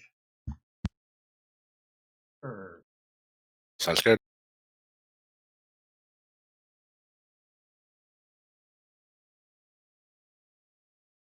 I was just putting everybody together to move to the next map.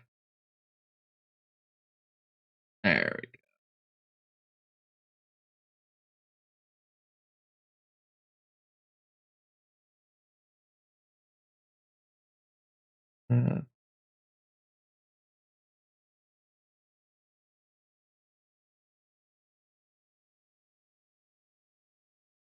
I wonder if this might be one of those.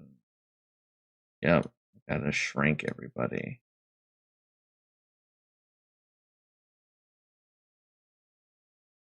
Into a bigger cave, and you guys just seem You know, this cave is so big, you know, just kind of makes you guys, you know, feel a little smaller than normal. But you know what? That's okay.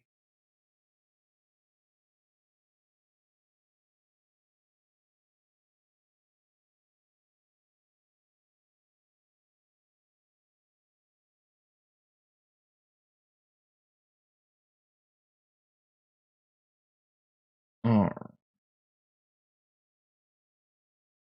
So, thinking about this place, the ceiling goes about 20 feet high. There's a lot of crystalline stalactites. There is a dim light kind of in this area. So as you guys kind of enter this cave, there's glowing crystals speckle this cavern walls like stars in a night sky. At the chamber center, you see a thick, foul-smelling mist billows from a shallow pool of brackish liquid. Something large and scaly lies within. Beyond it stands a sculpted pillar and a broad stone table.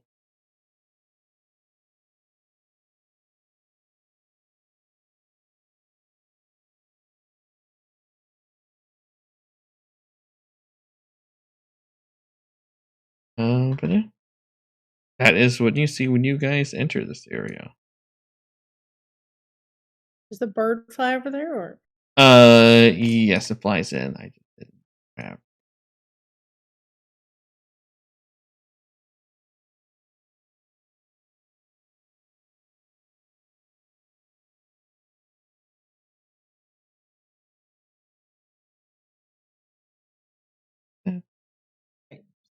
Forward.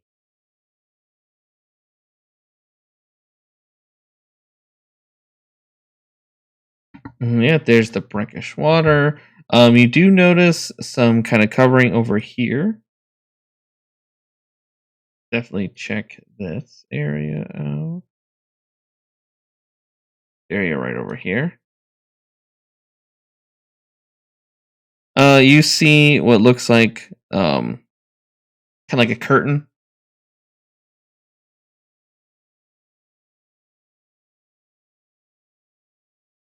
Check it out. Oh.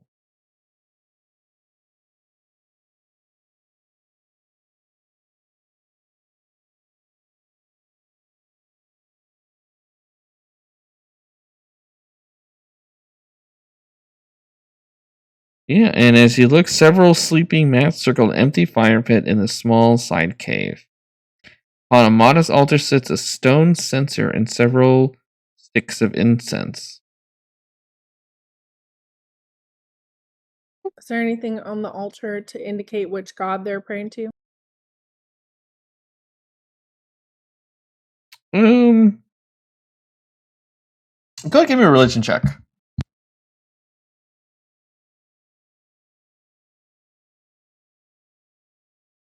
Friggin' dice. Okay, well, I would say you're not sure because this is you don't see any obvious iconography. I would say the only thing that comes to mind is that maybe it's more like, I guess, druidic. I guess would be, the altar you're looking around. You don't see any like obvious, I guess more. I think we're worshiping like a spirit or than like an actual deity.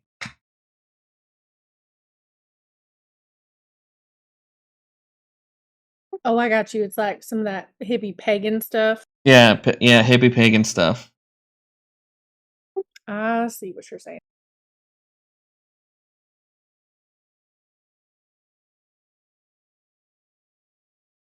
No need to fool with any of that. Power of the Raven Queen is quite strong. Keep moving on.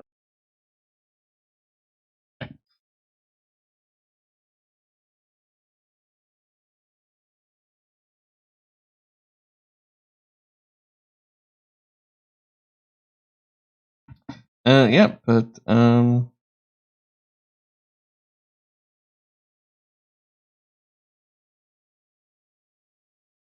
And the stone table, you do see 2 empty, like, stone candle holders.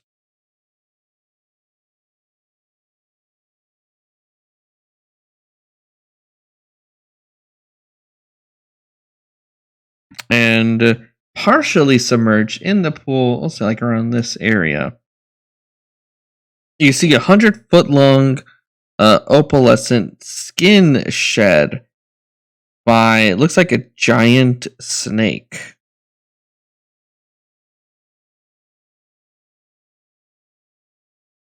You guys can go ahead and give me a nature check.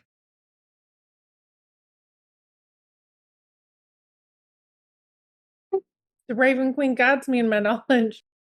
Great. But you immediately notice that the snake skin there is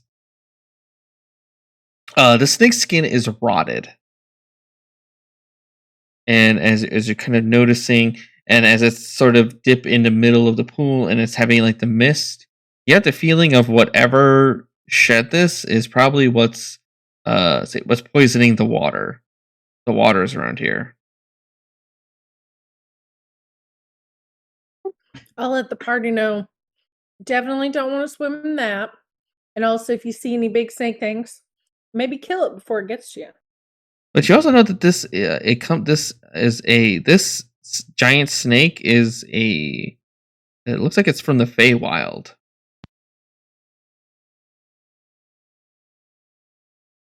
Oh, that's interesting. I wonder why it's poisoning everything. Maybe it's an accident. Yeah.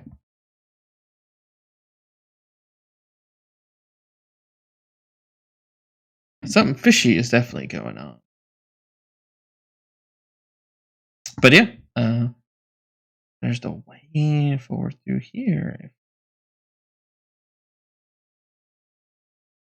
What's at the star? No, the star is a snakeskin. Oh, okay. It's protruding from the pool. And this is just like a table, or? Yeah, it's like a stone. It's like a stone kind of table, and there's just like empty candle holders. Probably more to do with that pagan stuff, but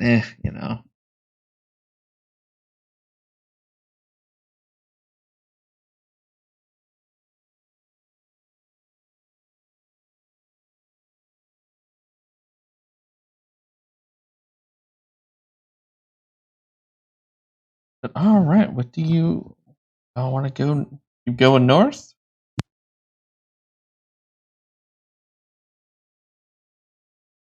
Is the bird going north? Yeah, Yes. Yeah. Bird's leading. Yeah, bird will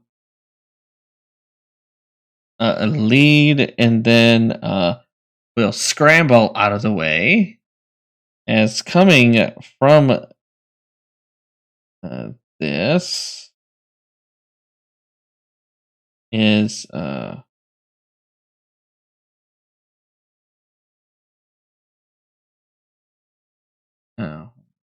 these more creatures popping in, making that whistling sound.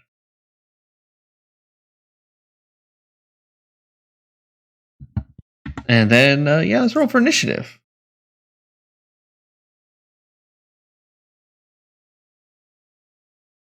Oh, there he goes. There's the.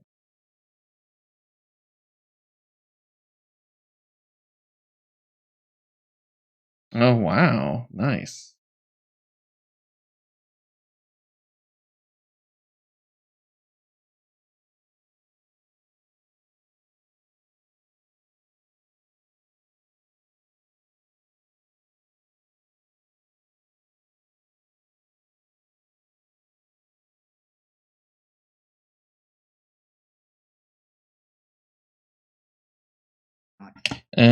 It did. You know what? I don't think it did, but that's fine. I can add you. No problem. I'll just update that. I think 21.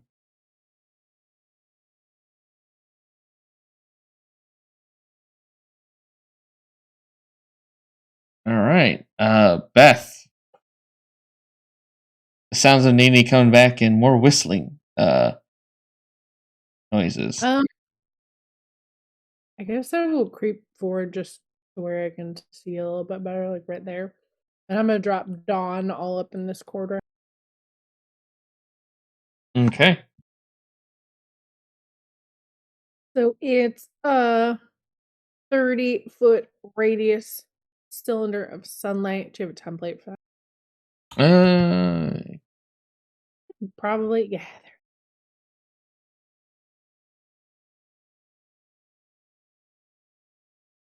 So like right there, so Braygaeon can still step up and hit them as needed. And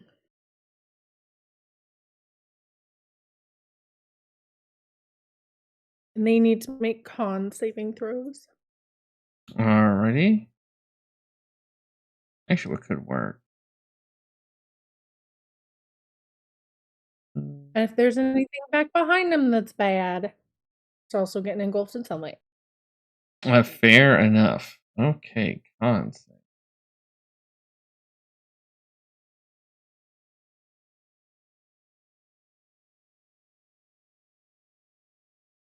No.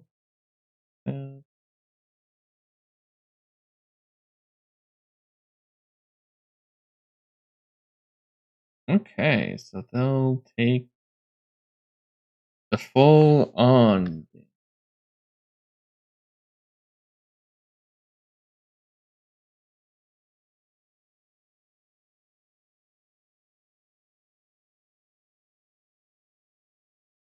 All right. Anything else?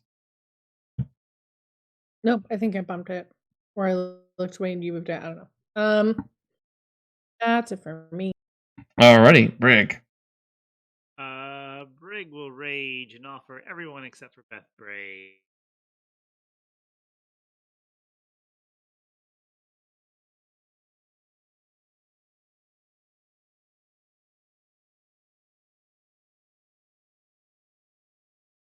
Yes and yes. That was action, bonus, action. I will telepathically tell Brunilda. Try and block him in the light.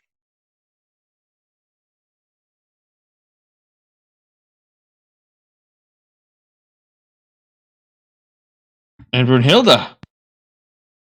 Okay, I will step over here to block the other one. I will attack damage. Raging.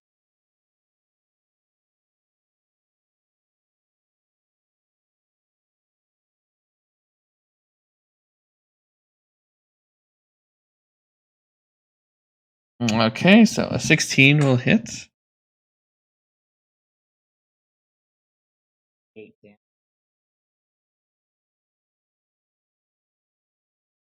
Alrighty.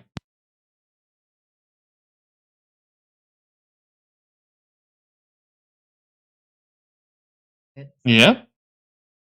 8 damage. End turn. Very nice. Mr. Nimbus.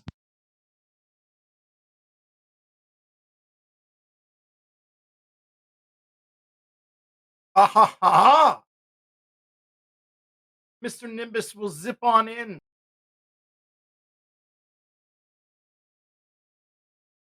And he will say, it looks like you guys are enjoying the light. And Mr. Nimbus will upcast a. Let's see. We will go ahead and we will upcast a Tasha's Mind Whip. Upcasting a third to get 2 of them. There you Alrighty. go.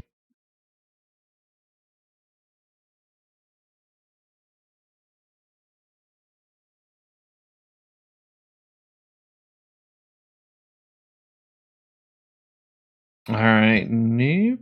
And So they might not take it all because I think the other one didn't like Psychic too much. But they get their choice of either a bonus, an action, or a move on their turn, and only one. End Alright. of Nimbus's. That's a great turn. All right.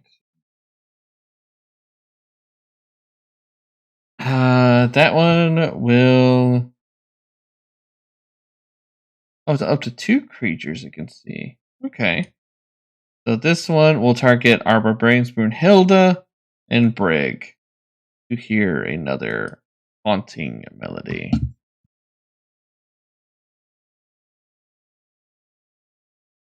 Yes.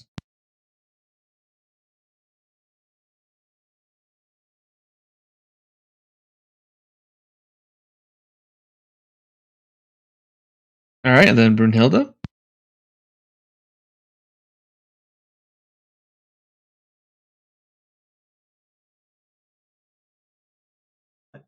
I don't want to be frightened.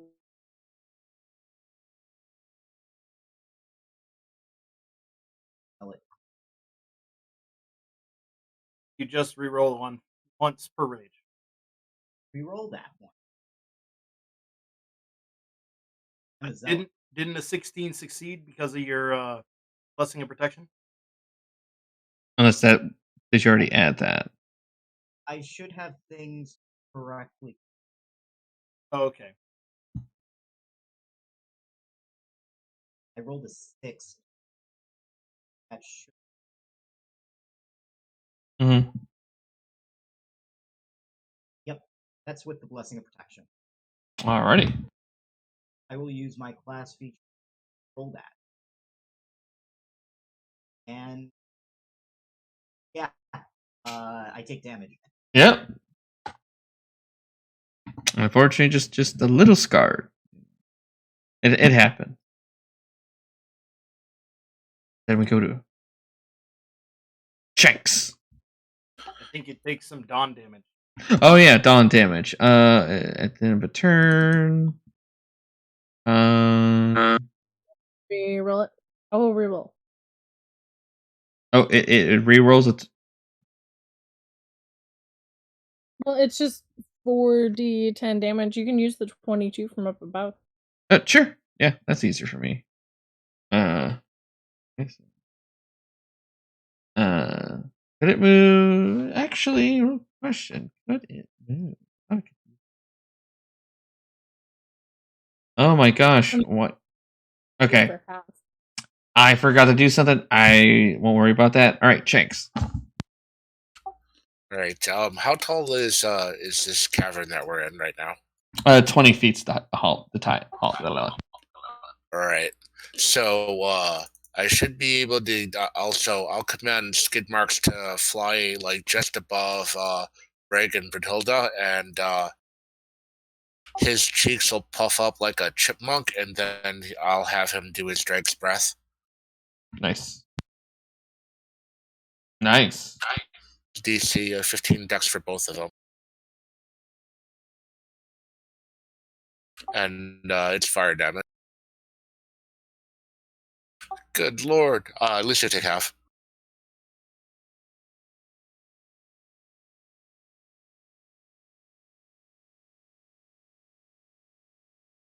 Alrighty. Oh, but that's it for us. End of turn. Alrighty.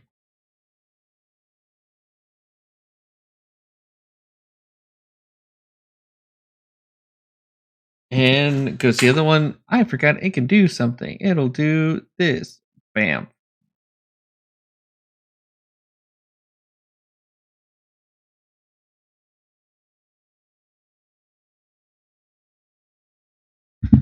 It teleports out of there. And then we'll. What's up? Oh, yeah, I can do one thing. That's it. That's right. Because they both failed. Correct. All right. And that's its turn. However, something happens. And then Beth. Well, I'm still thinking about Dawn. And I will second level guiding bolt the one that popped out of the dawn.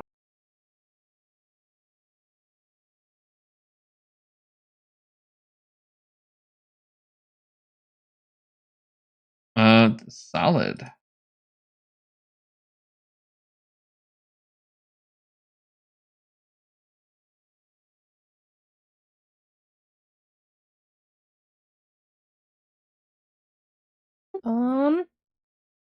I'm gonna back up and around a little bit and then end my turn. Alrighty.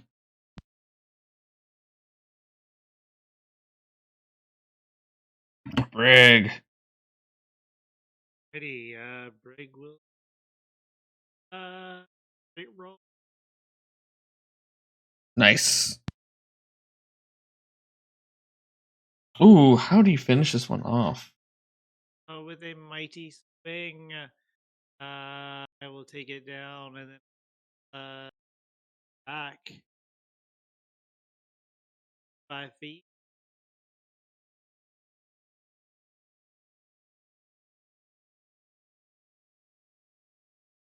Actually won't. But it'll look cool. Exactly. And I will take the second swing.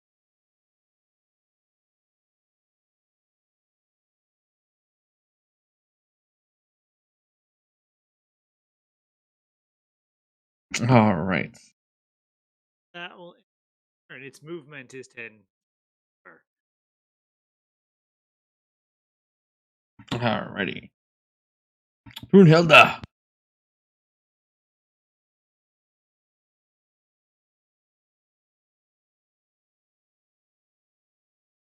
Nice. Hit.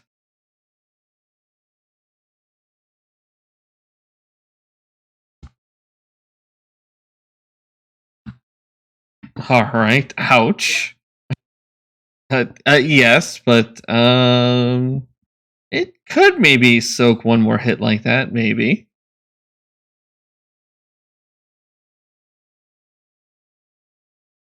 A nice max damage. Guessing a 12. Yeah, 12's gonna miss.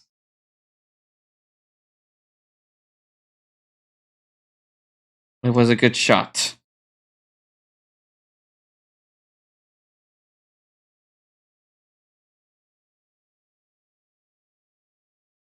Solid. All good. Anything else? I will end my character.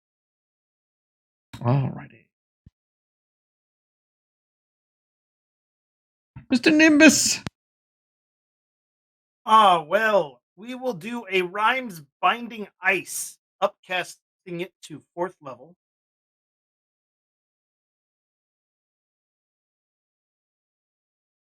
And we will transmute it with a single sorcery point into a lightning.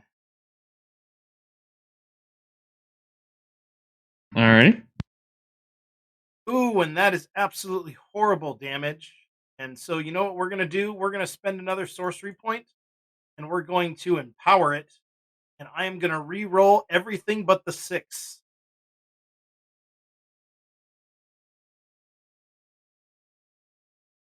That's going to be much better, because we will be subtracting 8. That, so it'll basically be adding 16, so it'll be a total of 30. Lightning. And if it's resistant, guess what? It's not. It takes all of that. And let's see. It is frozen in place right there. I will use a bonus action and use Tempestuous Magic to remove myself from the situation without provoking, and then we'll fly away a little further. Cool. End of Mr. Nimbus' turn. Alrighty. And Shankz. All right. I think this is disadvantage roll, so I'll just take 2 shots at it. I don't think it's disadvantage. I think it's prone. I think it's just. Well, it's still got that displacement effect on it, right? Yeah. That's right. Yep. All right. So the 26 should hit. Does the displacement work when its speed is 0? Yeah, it works until it's incapacitated. It actually said in the effect. That's right. Yeah, hold on. Blurred form. Yeah. All right, so take that, and Fuse Strike, and I didn't call Hunter's Mark, so that's it. And that was one shot, and I'll tell Skidmarkz to try to get in there, so he'll try to get a bite in there too. So disadvantage bite. Ooh, 11 probably missed. Yeah, that's a miss. All right, that's it for us. It survives through sheer luck. Yeah. Oh, it still can only do one thing, right? One thing and one thing only. Attack. So on Brig, the swipe. Have advantage. Yeah. Let's see if that's a crit. No. AC. Okay, miss. Because I think that it can only do one attack if it's or it can only do with the mind thing. Rob with the mind whip.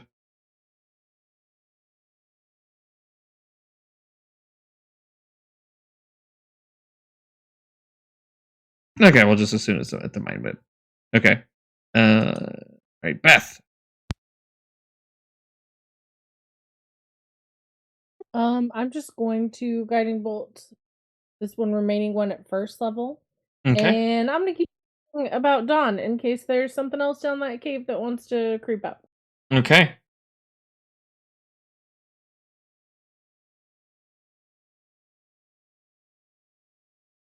All right, and how do you finish this one off? With the searing radiant light of the Raven Queen? Question mark.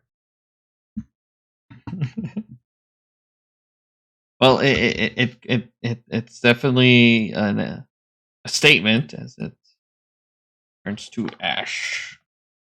It's more of like a gray light, like a shadow felly radiant light. And then while the hallway's all lit up, I'll peer down there before I drop the dawn. I don't see anything. All right, I will release the column of radiant light there. All right. Going further in.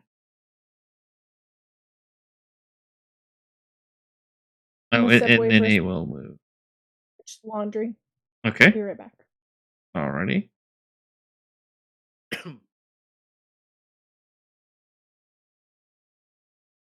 Unless would this just be a good time to maybe take a break? Yeah, we can take a quick break. All right.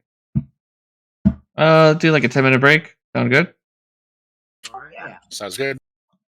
How long do the sessions usually go until? We usually go until about midnight Eastern time. Yeah. Yeah, absolute latest, like probably another hour, an hour and 20. Absolute latest.